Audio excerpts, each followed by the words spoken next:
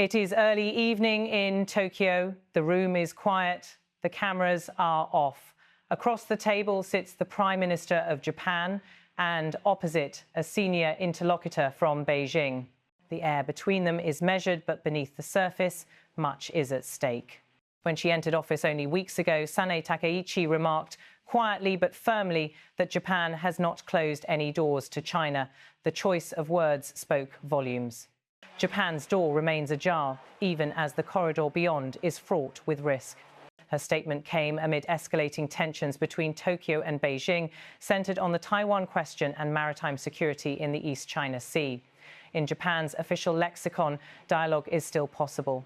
But, as diplomats in both capitals privately warn, the window for diplomacy may be narrowing. Prime Minister Takaichi's remarks mark a conscious attempt to strike a balance, reaffirming Japan's readiness for engagement even in a moment of strategic turbulence.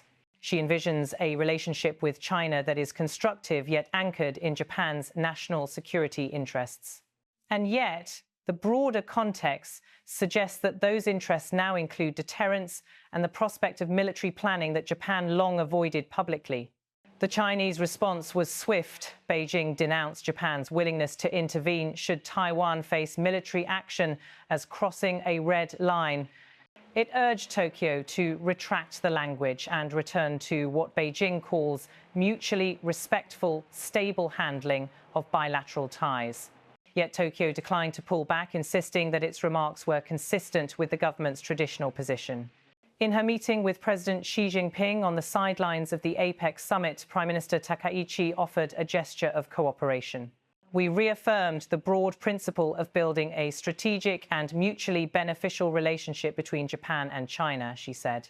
She added, I conveyed my concerns, but also raised areas where we can cooperate. I would like this meeting to serve as a starting point for Japan and China.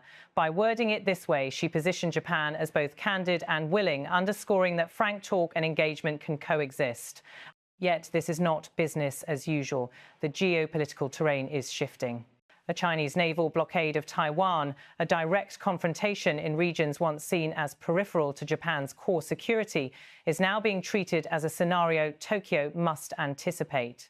And Beijing is not holding back. It has suspended purchases of Japanese seafood, it has issued travel advisories, and it has pressed Japanese-Chinese cultural and tourism exchanges into retreat, all part of what analysts describe as China applying economic and diplomatic pressure to force Japan into retreat. Against this backdrop, Takaichi's remark that Japan has not closed any doors takes on layered meaning. It signals that Tokyo remains open to dialogue, even as it prepares for harder realities. Indeed, Japan is accelerating its defense spending, raising the target to 2% of GDP by March 2026, rather than waiting until 2027. Tokyo is revising its national security strategy earlier and more aggressively than before. For Chinese officials, that upward march of Japan's defense posture reinforces long-held suspicions that Tokyo is shifting from strategic ambiguity to a more explicit military role in regional security, particularly in the Taiwan Strait. For many in Beijing, Japan's extended door is not a sign of openness, but one of readiness. Back in that meeting room, one senior Japanese diplomat frames the moment in these terms: we are not going to avoid dialogue, but we will prepare for all contingencies. That line, while not a direct quote from the Prime Minister, echoes the sentiment behind her remarks. The choice of posture, openness plus preparation is deliberate. On the Chinese side, a senior foreign ministry official responded, Japan must avoid mistakes and properly safeguard the strategic, mutually beneficial relationship between Japan and China. But this came with a caveat. China has so far not seen any clear signs of retraction by Tokyo. And that lack of retraction, according to Beijing, means the risk remains. Observers in Tokyo and Beijing alike note that while the mechanisms for dialogue remain intact, embassies, senior ministry channels, the tone of engagement is changing. Japan's approach is now characterized by concern plus cooperation, whereas China perceives concern implicitly as a challenge. Takaichi came into office as Japan's first woman prime minister, a milestone in itself. But her agenda has made her stand out, a pledge to speed up defence expansion, bolster the Japan-US alliance, and review Japan's three major national security documents ahead of schedule. This is not incremental, this is structural. In her first major policy address, she said Japan will revise its national security strategy by the end of 2026 and move defence spending up to the 2% threshold by March 2026. As regional adversaries take note, one thing has become clearer. Japan is signalling that the era of purely passive defence is ending. Whether one calls it collective self-defence, extended deterrence, or simply security readiness, Tokyo is jogging out of the shadows of its post-war pacifism and stepping into a more assertive posture. In that light, the door that Japan says remains open to China is not a vulnerable gap, it is a disciplined aperture, a channel through which cooperation can flow, but one which Japan will not hesitate to shut or defend if required. The stakes are high. Taiwan is not only a neighbour in the sea, but a symbol of Japan's gamble on its strategic future. A Chinese blockade or attack on Taiwan is no longer treated in Tokyo as someone else's fight. It is increasingly framed as a Japan problem. And when Tokyo frames it as an existential threat, Beijing perceives escalation. In parliamentary testimony, Prime Minister Takaichi said of Taiwan, "We must consider the worst-case scenario." That wording alone broke decades of cautious Japanese ambiguity. Instantly, Beijing believed Tokyo was repositioning its defence calculus.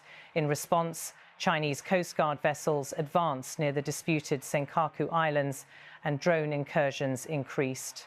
The message from Beijing: we see you. Japanese business leaders, diplomats, and even some defence analysts find themselves in the middle of this shift. They speak of a dual challenge: avoid military entanglement, but ensure that Japan is not the next victim of strategic surprise. The open door to China is designed to give Tokyo the benefit of diplomacy, but not at the cost of security. When Prime Minister Takaichi says we have not closed any doors, she is referencing more than just bilateral talks with Beijing. She is speaking to allies in Washington and to markets in Tokyo. She is asserting that Japan remains engaged, predictable, and ready to cooperate, not locked into conflict. At the same time, she is warning that the terms of dialogue now include credible defence. China, meanwhile, has mobilised the full weight of its state apparatus. Travel advisories, suspended imports, cultural cancellations, these are penalties but also signals. They apprise Japan and others that any shift in Japanese posture will have immediate consequences. Officials in Beijing hope these actions will push Tokyo to retract its language, to dampen its stance. Tokyo, so far, has refused. In this chessboard of regional diplomacy, Japan's domestic politics also matter. With a minority coalition government, Takaichi's LDP relies on the support of the Japan Innovation Party, aligned behind stronger defence and more assertive security policy. That means Japan's posture is internally consistent, not just reactive. At the same time, Tokyo must manage its economy, recovering from inflation and dealing with slow wage growth. The defence build-up, the security posture, the diplomatic tensions, they all filter into Japanese business confidence, tourism, export markets. China's punitive measures are already being felt in Japanese seafood sales and tourism inflow. The window for resolution is narrow and fraught. So what happens next? There are three broad scenarios. One, gradual restoration of the Japan-China channel through dialogue and confidence building. Two, a prolonged stalemate with periodic flare-ups in the East China Sea or around Taiwan. Or three, a crisis triggered by a Taiwan contingency that drags Japan directly into the security calculus. The open door phrase, therefore, must be read not as a sign of peace at any price, but as diplomacy with muscle. Japan is saying, we will talk, we will trade, we will cooperate, but we will also defend. And in doing so, it is reshaping its role in the region and the expectations of both allies and adversaries. The next meetings, whether formal forums between Tokyo and Beijing or high-level exchanges between Japan and the United States, will test whether this open door remains a door to diplomacy or becomes an entry point to deeper confrontation. For civilians in Japan, China and Taiwan, the implications are real. Tourism flows may drop further, trade ties may fray, strategic uncertainty may become the new normal. Japan's decision to say we have not closed any doors is optimistic, but in a precarious region, optimism must be backed by vigilance.